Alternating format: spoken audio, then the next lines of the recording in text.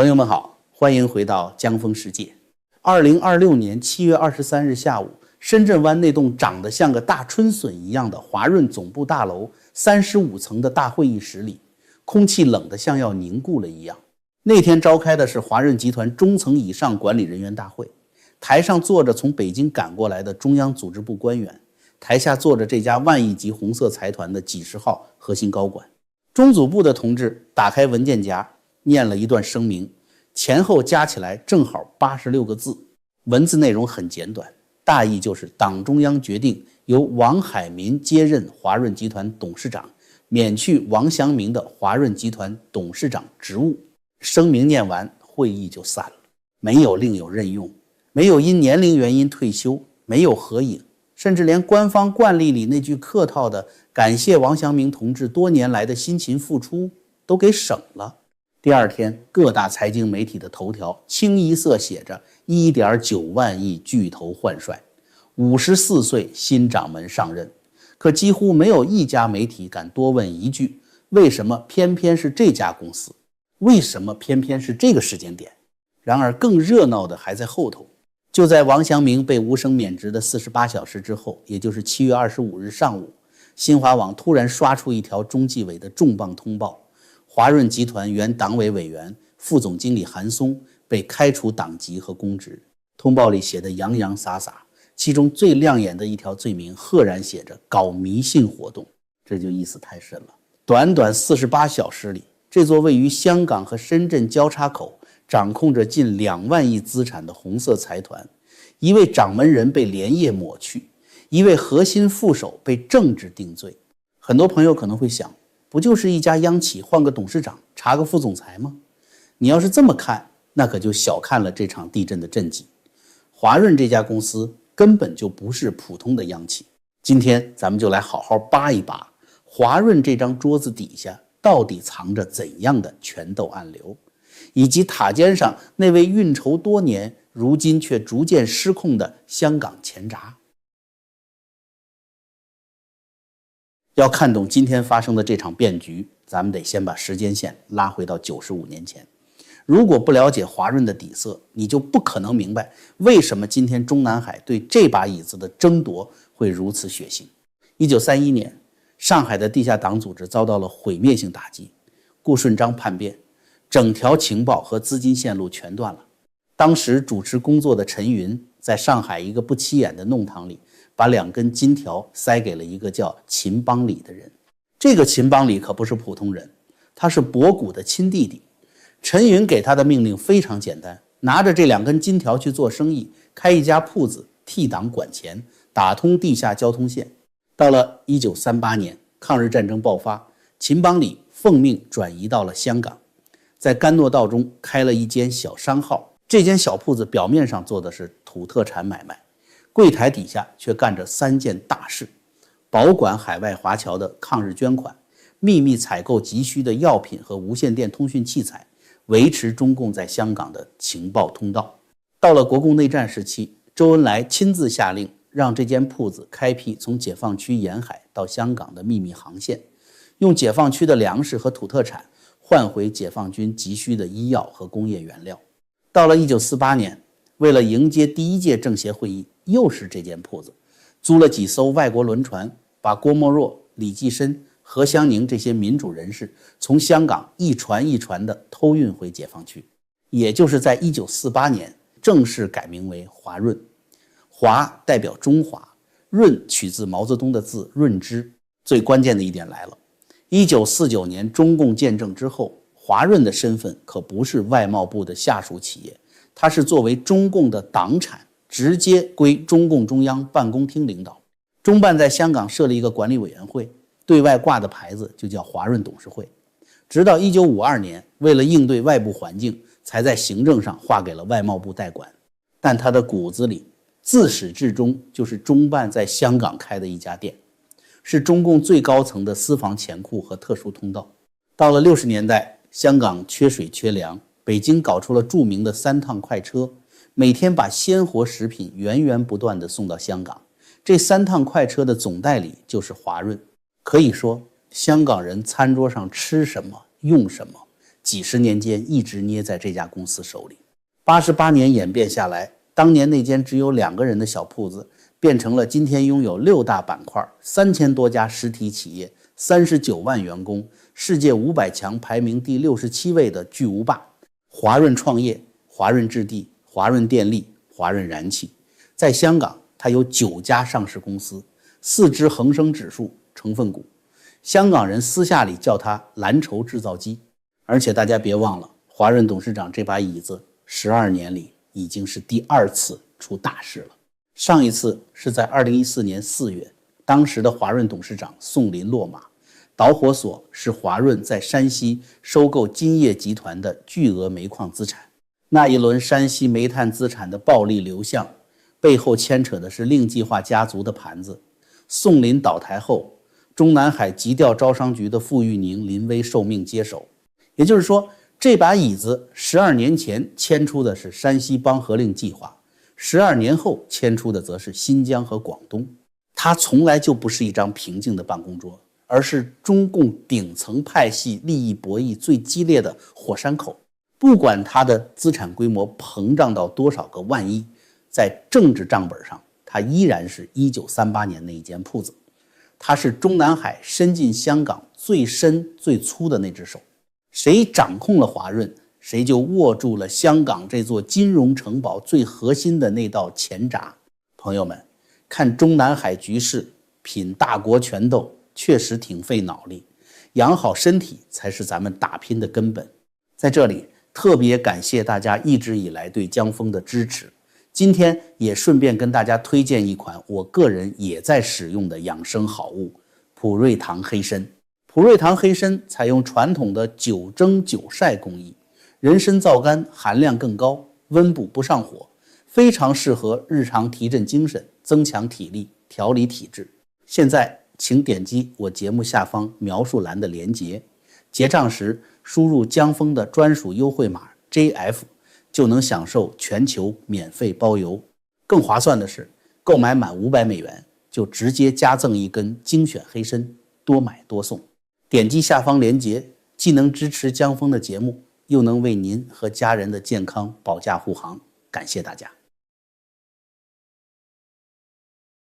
了解了华润的特殊背景，咱们再来看今天这场剧本的男主角。很多观察家有一种刻板印象，认为2019年香港爆发反送中运动时，北京被突如其来的街头抗争打得措手不及，随后推出的港区国安法只是一次临时起义的应急反应。这种看法只看到了表象，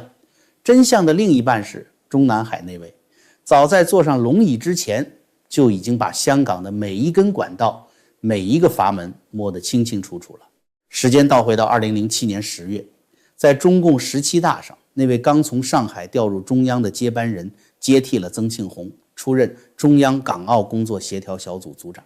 这个职务他干了整整5年，一直干到2012年11月登上大位。这5年是什么概念？这意味着在他接管全盘权力之前，最重要的实权实习岗位之一就是香港。曾庆红当年留下的港澳网络，香港的钱从哪个渠道进来，哪家公司在中间收手续费，哪个地产家族跟哪家央企有勾连，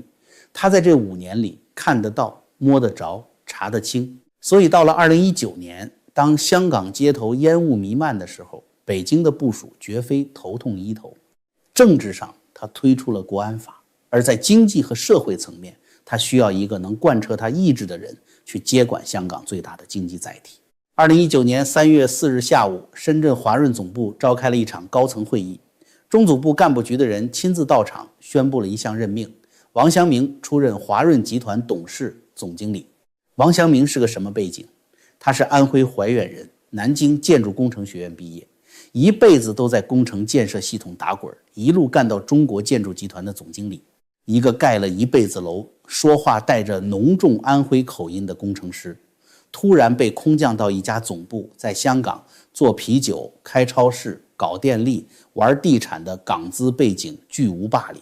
当时华润内部那些讲英文和粤语的高管们都看傻了，为什么要派一个盖楼的人去接管华润？原因其实很简单，塔尖上那位对香港的最终方案分为2步，第一步用法律和警察收复政治，第二步用土地和房屋收服人心。夏宝龙后来喊出的那句著名的告别汤房龙屋，就是第二步的战略口号。当时北京的算盘打得很精，准备借着国安法的威慑推出所谓北部都会区等超大型工程，甚至打算让华润置地去并购压制香港本地李嘉诚、新鸿基、恒基兆业这些老牌地产巨头的土地储备。而中国建筑在香港的子企业本来就是香港特区政府最大的承建商之一，派一个建筑口的大将进驻华润，就是要用中央的意志强行撬动香港的地产利益格局，把华润变成他在香港进行社会重组和土地收编的重型坦克。到了2020年7月28日，也就是港区国安法生效后的第28天，中组部再次来到华润，宣布王祥明扶正，接替傅玉宁出任华润集团董事长。请大家注意这两个时间点，2019年3月和2020年7月。这两次宣布任命时，坐在中央组织部部长那把权力交椅上的人，正是皇上的清华睡上铺的兄弟陈锡。陈锡在那几年里替老大牢牢把守着官贸批发部的大门，他把王祥明安插进华润，就像是在香港这道最关键的钱闸上装上了一把专属的密码锁。权力的游戏最迷人的地方，往往藏在那些看似枯燥的公文细节里。我们不妨把时间线拉开，把2020年傅玉宁的卸任和2026年7月23日王祥明的被免职做一个绝妙的镜像对比。2020年傅玉宁退下来的时候，生于1957年的他刚好满63岁。当时官方通报写得清清楚楚，赞扬了傅玉宁为华润发展做出的重要贡献。傅玉宁卸任后，依然保留着第13届全国政协常委、APEC 中国工商理事会副主席、香港行政长官创新及策略发展顾问团成员等一堆响当当的头衔，风光退休，体面落幕。这是一家正部级央企一把手到点退休时标准的政治礼遇。可到了2026年7月23日，轮到王祥明时，画风完全变了。王祥明是1963年8月生人，到了2026年7月，距离他满63岁只差整整1个月。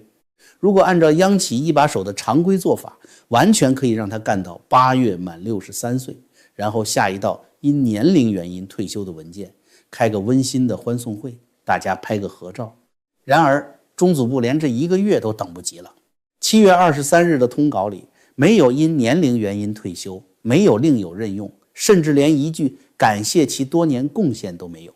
更夸张的是，华润集团的官方网站在会议结束后的当天晚上，就以一种极其罕见的速度，把公司管理层一栏里王祥明的照片和履历全部撤下，换上了新任董事长王海民的信息。这种连夜抹去痕迹的做法，在中共体制内意味着什么？相信熟悉官场的朋友心里都有数。这根本不是什么正常的到点退休，这分明是被连夜扫地出门。更耐人寻味的是，这件事发生的时间节点。在之前的节目里咱们聊过，2026年6月5日，中央党校举行春季学期毕业典礼。此前长期以党校校长身份掌控人事大权的陈锡，彻底退出了历史舞台，由蔡奇接管了相关权力。陈锡6月5日彻底失去对人事局面的控制。仅仅7个星期之后，也就是7月23日，陈锡当年一手安排在华润这座港澳金融堡垒上的核心棋子王祥明，就被中组部连根拔起。同一栋春笋大楼，同一间35层的大会议室，同一个中央组织部的官员来宣布决定。6年前，陈锡握着印章的时候，任命文件的最后一个动词是任。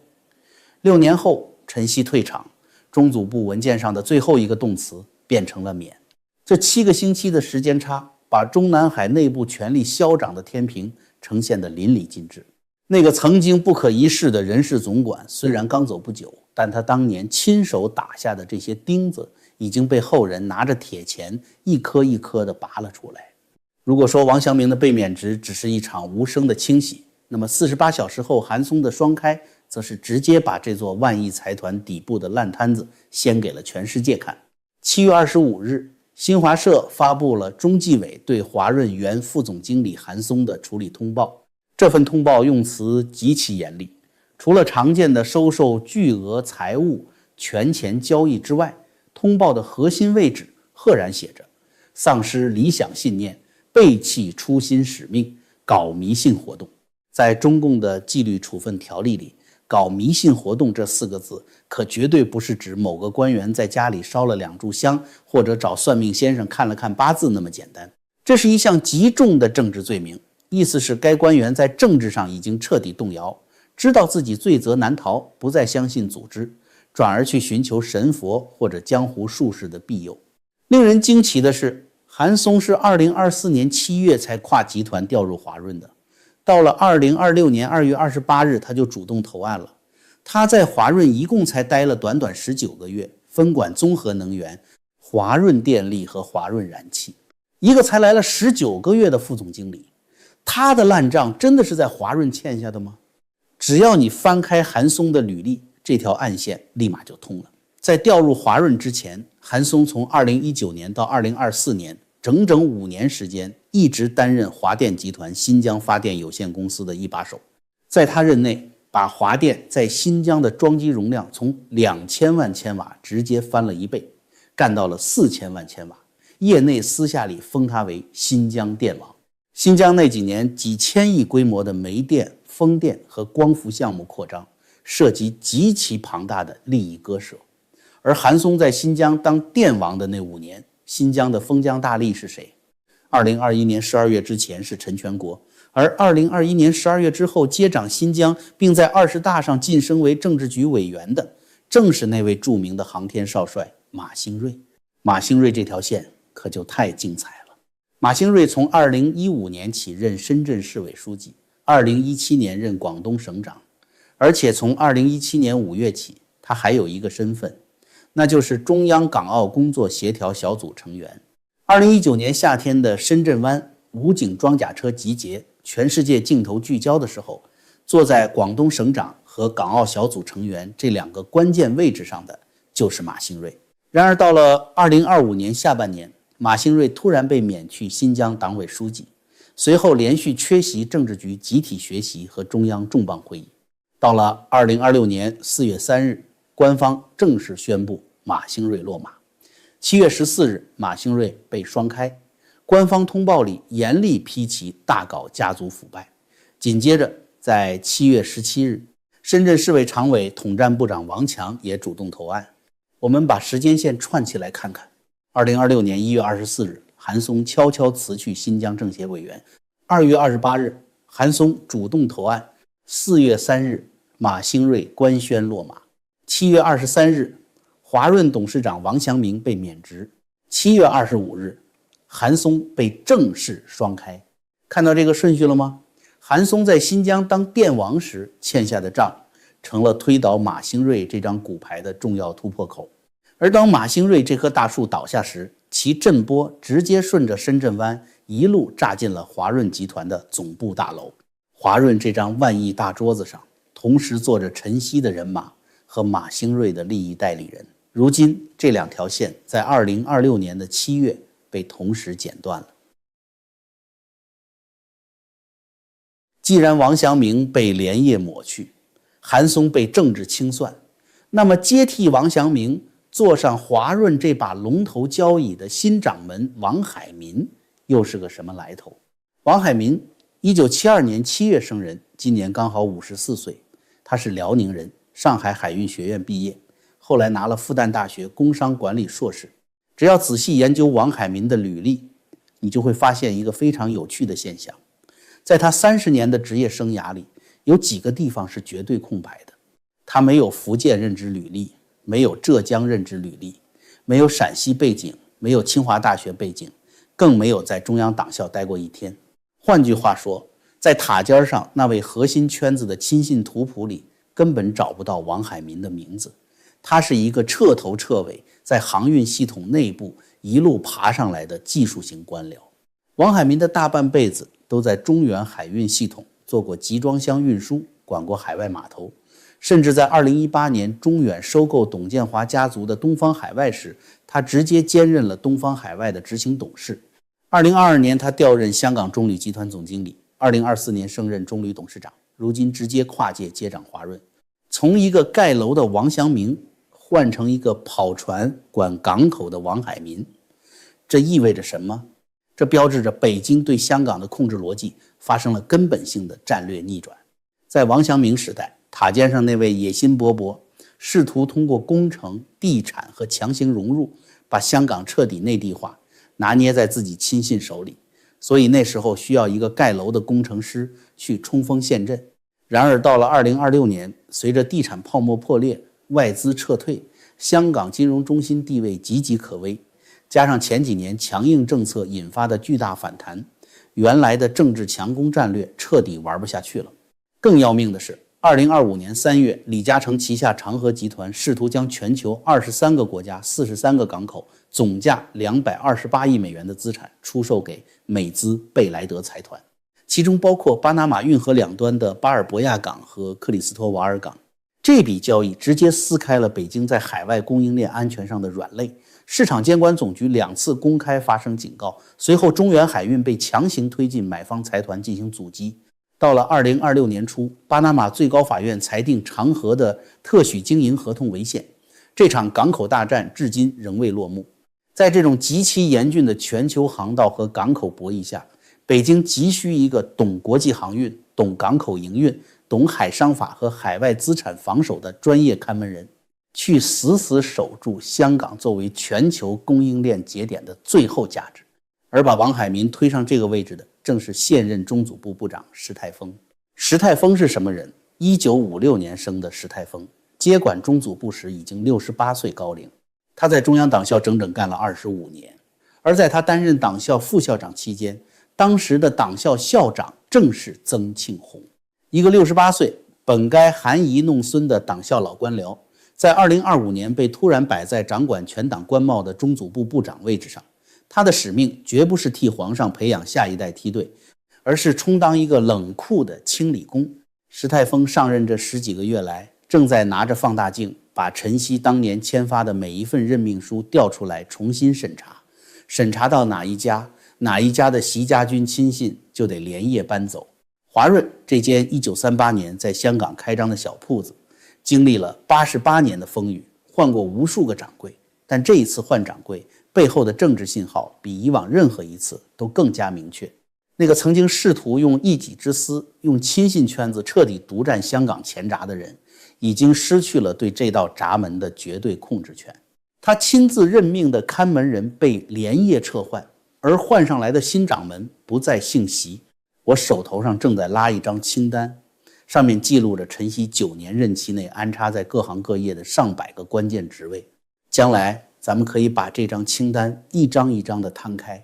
大家会清楚地看到那个曾经不可一世的人世帝国是怎样在风雨飘摇中被一件一件地扔进熔炉。如果您想看这样的节目，请在留言区打想看2字，